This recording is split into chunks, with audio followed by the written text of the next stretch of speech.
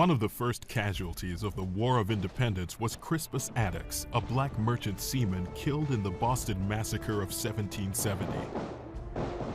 Slaves and free black men fought together in the Continental Army, but after the Revolution, African Americans were largely barred from serving. Some ignored the ban and fought valiantly in the War of 1812.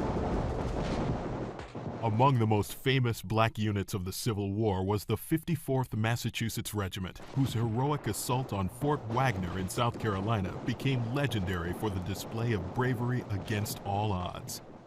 Lincoln's Emancipation Proclamation prompted thousands of freed and escaped slaves to fight in the Union Army and Navy. Their brave efforts helped to defeat slavery and gain the vote for African Americans. After the war, the Army maintained a number of black units.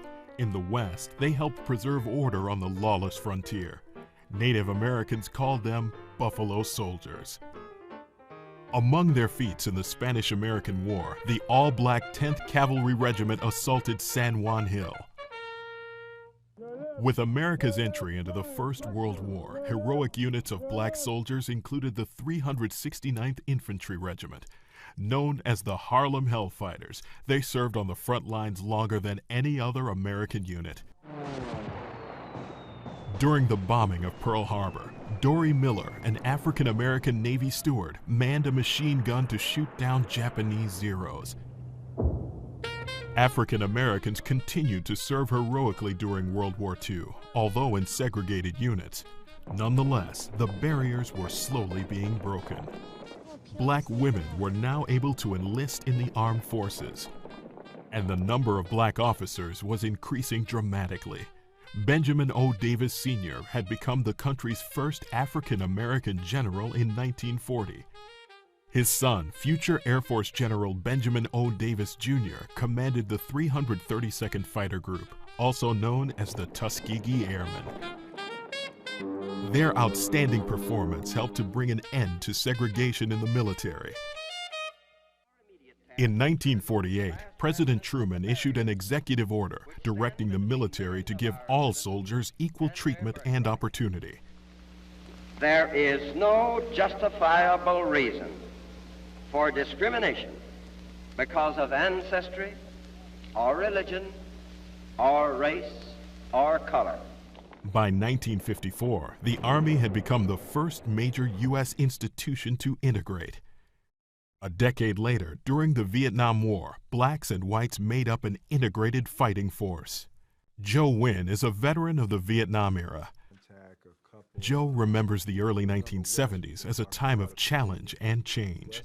I would have to say there was racial tension, not only in Vietnam, but at many of the bases stateside as well. We wanted more civil rights, fair and equal opportunities. Same type of individuals who are challenging you at home or challenging you in the military. After Vietnam, black men and women volunteered in large numbers, and African Americans were rising in the ranks. Samuel Gravely, first African American admiral in the U.S. Navy. Frank E. Peterson, Jr., first African American general in the Marines. Hazel Johnson Brown, first African American female general in the U.S. Army.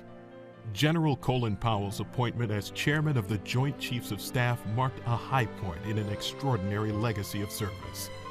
In Operation Desert Storm, he led U.S. Armed Forces to one of the most impressive victories in military history. Today, African Americans continue to reach for new heights, like Captain Vernice Armour, who served in Operation Iraqi Freedom and became the first African American female combat pilot. My dad was in the military, my grandfather was in the military. I'm also standing on very, very strong shoulders from the people that came before me, black female pilots, Tuskegee Airmen, General Peterson, first black aviator in the Marine Corps. African Americans have valiantly answered the call to defend our country time and again.